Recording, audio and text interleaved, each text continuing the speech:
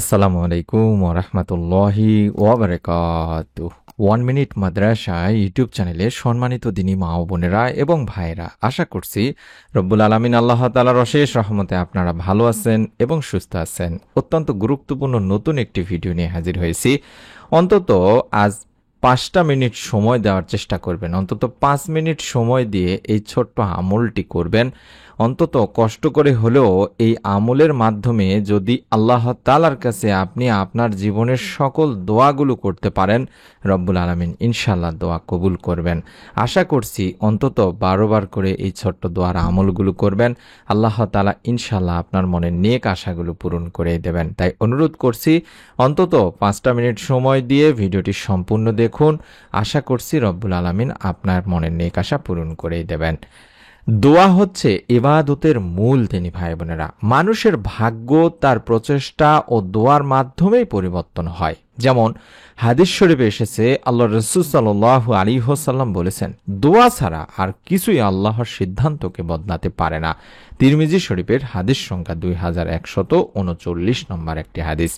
আর দুনিয়ার কোনো মানুষের কাছে যদি আমরা কিছু চাই তখন তিনি রাগ বা বিরক্ত হন, কিন্তু আল্লাহ রাব্বুল আলামিন এত বেশি দয়ালু যে তার কাছে কিছু চাইলে তিনি খুশি হন, এমনকি না চাইলেই তিনি রাগ করেন। যেমন হাদিসেও এসেছে, রাসূল পাক সাল্লাল্লাহু আলাইহি ওয়াসাল্লাম বলেছেন, যে ব্যক্তি আল্লাহ তাআলার কাছে কিছু চায় না, আল্লাহ তার উপর রাগ হন। তিরমিজি শরীফের হাদিস। এছাড়াও স্বয়ং আল্লাহ তাআলা নিজেই তার কাছে চাওয়ার জন্য এবং যা চাইবো তা দেওয়ার জন্য প্রতিশ্রুতি দিয়েছেন। সুবহানাল্লাহ। পবিত্র কোরআনুল কারিমে এমনই বলা হয়েছে যে, যেমন তিনি বলেন, তোমরা আমার কাছে চাও, তোমাদের যা চাওয়া আছে আমার কাছে চাও বা আমার কাছে দোয়া করো, আমি তোমাদের দোয়া কবুল করব, আমি তোমাদেরকে তা দান করব। সূরা মুমিনের 60 নম্বর আয়াতে আল্লাহ তাআলা নিজেই বলছেন। তাই অন্যতেও বলা হয়েছে যে, হে রাসূল, যখন আমার বান্দা আমার সম্পর্কে আপনাকে জিজ্ঞাসা করে তখন বলে দিন, আমি বান্দার খুব কাছে আছি, সে যখনই আমার কাছে দোয়া করে আমি তার দোয়া কবুল করি। সূরা বাকারার 186 নম্বর একটি আয়াত। দোয়া করা বড় একটি উপকারী ইবাদত দিনী ভাই বোনেরা। কাজে এই উপকারী ইবাদত তথা দোয়া কবুলেরও কিছু বিশেষ সময় রয়েছে, আর যেই সময়গুলোতে বা যেইভাবে দোয়া করলে আল্লাহ অবশ্যই দোয়া কবুল করবেন। সুবহানাল্লাহ। অন্তত প্রতিদিন 5টা মিনিট সময় দিয়ে যেই সময়গুলোতে দোয়া করতে বলবো, এই সময়গুলোতে যদি আপনারা দোয়া করতে পারেন, রব্বুল আলামিন আপনারও মনের নেক আশা পূরণ করে দেবেন। যেমন 1 নম্বর প্রথম, সেটা হলো হাদিস শরীফে বলা হয়েছে, আল্লাহ রাসূল সাল্লাল্লাহু আলাইহি ওয়াসাল্লাম বলেছেন, প্রত্যেক দিন রাতের শেষ তৃতীয়াংশে আমাদের রব সবচেয়ে নিচের আসমানে নেমে আসেন এবং বলেন, কে আসো আমাকে ডাকো, আমি তোমার ডাকে সাড়া দেব। কে আসো আমার কাছে চাও, আমি তোমাকে দান করব। কে আসো আমার কাছে ক্ষমা প্রার্থনাকারী, আমি তোমাকে ক্ষমা করে দেব। সহিহ মুসলিম শরীফের 1263 নম্বর একটি হাদিস। অর্থাৎ রাতের শেষ তৃতীয়াংশের দোয়া করলে আল্লাহ তাআলা সেই দোয়া সঙ্গে সঙ্গেই কবুল করেন। সুবহানাল্লাহ। এই সময়টিতে আমরা কিছুটা সময় দেব, অন্তত 5টা মিনিট সময় দিয়ে 2 রাকাত অন্তত কম করে হলেও নামাজ আদায় করে আপনার মনের যত নেক চাওয়া পাওয়াগুলো আছে সেগুলো নিজের মতো করে দোয়া করবেন। অন্য এক হাদিসেও বলা হয়েছে, হযরত জাবের রাদিয়াল্লাহু তাআলা আনহু থেকে বর্ণিত, আল্লাহ রাসূল সাল্লাল্লাহু আলাইহি ওয়াসাল্লাম ইরশাদ করেন, শেষ রাতের যে কোনো সময় কোনো মুসলিমের এমনটা হয় না যে সে পৃথিবী বা পরকালের জন্য আল্লাহর কাছে কিছু চাইলো আর তাকে তা দেওয়া হলো না। আর এটা প্রতিটা রাতেই ঘটে থাকে তিনি ভাই বোনেরা। সহিহ মুসলিম শরীফের সহিহ একটি হাদিস। এবং জুমাবার অর্থাৎ শুক্রবার দিনের দোয়া, আল্লাহ রাসূল সাল্লাল্লাহু আলাইহি ওয়াসাল্লাম বলেছেন, জুমার দিনে এমন একটা সময় আছে যে সময়টা কোনো মুসলিম বা মুমিন নামাজ পড়া অবস্থায় পায় এবং আল্লাহর কাছে কোনো কিছু প্রার্থনা করে, আল্লাহ অবশ্যই সে চাহিদা পূরণ করবেন এবং তিনি তার হাত দিয়ে ইশারা করে সেই সময়ের সংক্ষিপ্ততা ইঙ্গিত দেন। এটিও বুখারী শরীফের সহিহ হাদিস। এবং সুনানে আবু দাউদ শরীফের বর্ণনায় এসেছে আসর হতে মাগরিব পর্যন্ত সময়ের কথা। আবার সহিহ মুসলিম শরীফের বর্ণনায়ও পাওয়া যায়, জুমার দিন দোয়া কবুলের চূড়ান্ত সময় ইমামের মেম্বরে বসা হতে নামাজের শেষ হওয়া পর্যন্ত। অর্থাৎ এই সময়গুলোতে আমরা বেশি বেশি করে আল্লাহ তাআলার কাছে আমাদের দোয়াগুলো বা মনের নেক আশাগুলো তুলে ধরব। এবং আজান ও একামতের মধ্যবর্তী সময়ের দোয়া কবুল হয় দিনী ভাই বোনেরা। আল্লাহ রাসূল সাল্লাল্লাহু আলাইহি ওয়াসাল্লাম বলেছেন, আজান ও একামতের মধ্যবর্তী সময়ে অর্থাৎ এই সময়ের মধ্যে আল্লাহ তাআলার কাছে যদি দোয়া করা হয় সেই দোয়া আল্লাহ রাব্বুল আলামিন ফেরত দেন না, দোয়া কবুলই করেন। আবু দাউদ শরীফের একটি হাদিস। অর্থাৎ যখন আজান দেয় তার হয়তোবা 10-15 মিনিট পরে একামত দেওয়া হয়, অর্থাৎ এই অংশটুকু বা এই সময়ের মধ্যবর্তী সময়টিতে বেশি বেশি করে দোয়া করব।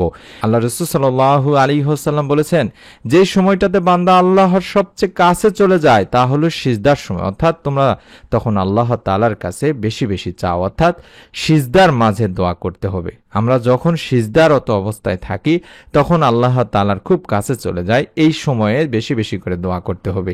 তাহলে বুঝতে পারলাম যে নফল নামাজের সিজদায় আমরা মাথা রেখে সিজদাহের তাসবিহ পড়ে নিয়ে তারপরে আমরা আমাদের মনের নেক আশাগুলো আল্লাহ তাআলার কাছে বলতে পারবো।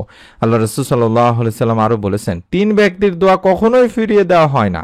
যখন রোজাদার ব্যক্তি ইফতার করে, অর্থাৎ রোজাদার ব্যক্তির ইফতার সামনে নিয়ে দোয়া করলে সে দোয়া ফেরত দেওয়া হয় না। ন্যায়পরায়ণ শাসক অর্থাৎ নির্যাতিত ব্যক্তির দোয়া, এই 3 পদ্ধতি বা 3 ব্যক্তির দোয়া আল্লাহ তাআলা কখনোই ফেরত দেন না, দোয়া কবুল করে থাকেন। এটি হচ্ছে মুসনাদে আহমদ এবং তিরমিজি শরীফের একটি হাদিস। তাছাড়া আমরা জানি কদর রাতের দোয়া আল্লাহ রাব্বুল আলামিন ফেরত দেন না, অর্থাৎ কবুল করে নেন।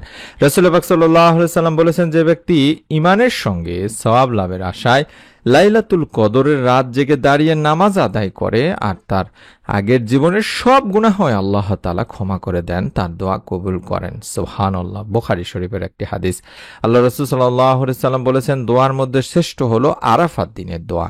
তাহলে আরাফাত দিনেও আমরা দোয়া করব, তাহলে আমাদের দোয়া আল্লাহ তাআলা কবুল করবেন। আর একটি সহজ আমল হচ্ছে, আল্লাহ রাসূল সাল্লাল্লাহু আলাইহি সাল্লাম বলেছেন, 2 সময় দোয়া ফেরানো হয় না। তার মধ্যে একটা যেটা বললাম, আজানের সময় দোয়া আর বৃষ্টি বর্ষণের সময় দোয়া। যখন বৃষ্টি হয় তখন আমরা দোয়া করলে সেই দোয়া আল্লাহ রাব্বুল আলামিন কবুল করেন। এটি আবু দাউদ শরীফের একটি হাদিস। তাছাড়া আমরা সর্বশেষ আরেকটি হাদিস তুলে ধরছি, সেটি হলো সাহাবী হযরত আবু উমামা রাদিয়াল্লাহু তাআলা আনহু থেকে বর্ণিত।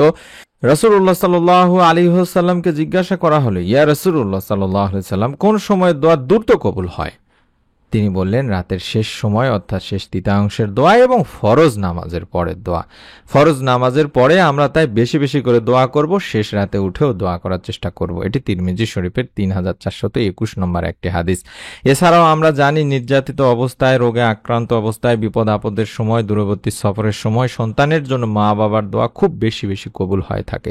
সুতরাং আমরা যে কোনো মুহূর্তে আল্লাহ তাআলার কাছে দোয়া করতে পারি, তবে অন্তত মনোযোগ দিয়ে নিয়ম মেনে দরুদ পাঠ পূর্বক বেশি বেশি করে আমরা দোয়া করব।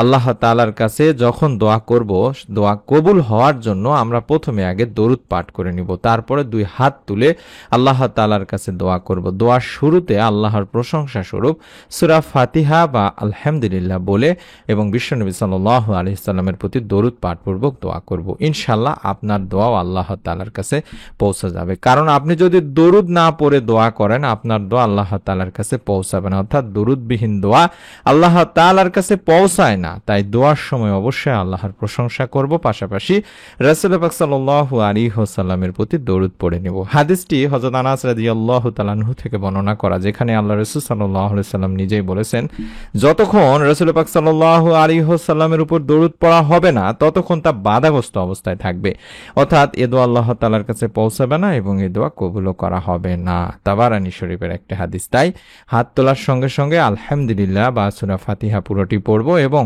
আল্লাহুম্মা সাল্লি ওয়া সাল্লিম আলা নাবিয়িনা মুহাম্মদ এই দরুদটি পড়ে নিব, বা যে কোনো দরুদ পড়ে নিব, চাইলে দরুদে ইব্রাহিমও পড়তে পারি। তারপরে আপনার মনের যত নেক আশাগুলো আছে সেই আশাগুলো তুলে ধরবেন বা দোয়া করবেন। রব্বুল আলামিন ইনশাআল্লাহ আপনার দোয়াও কবুল করে নেবেন। মনের মধ্যে শতভাগ বিশ্বাস নিয়ে নিয়ত করে প্রতিদিন অন্তত 5টা মিনিট সময় দিয়ে এই আমলগুলো করে দেখুন। রব্বুল আলামিন চাহে তো আপনার দোয়াও ইনশাআল্লাহ কবুল হয়ে যাবে। তাই অনুরোধ করছি, অবশ্যই নিয়ত করে আমলটি করুন এবং 1 মিনিট মাদ্রাসা চ্যানেলটির সঙ্গেই থাকুন নতুন এরকম আমলের ভিডিও পাওয়ার জন্য। সকলে ভালো থাকুন, সুস্থ থাকুন। নতুন ভিডিওতে দেখা হবে ইনশাআল্লাহ। আসসালামু আলাইকুম ওয়া রাহমাতুল্লাহি ওয়া বারাকাতুহু।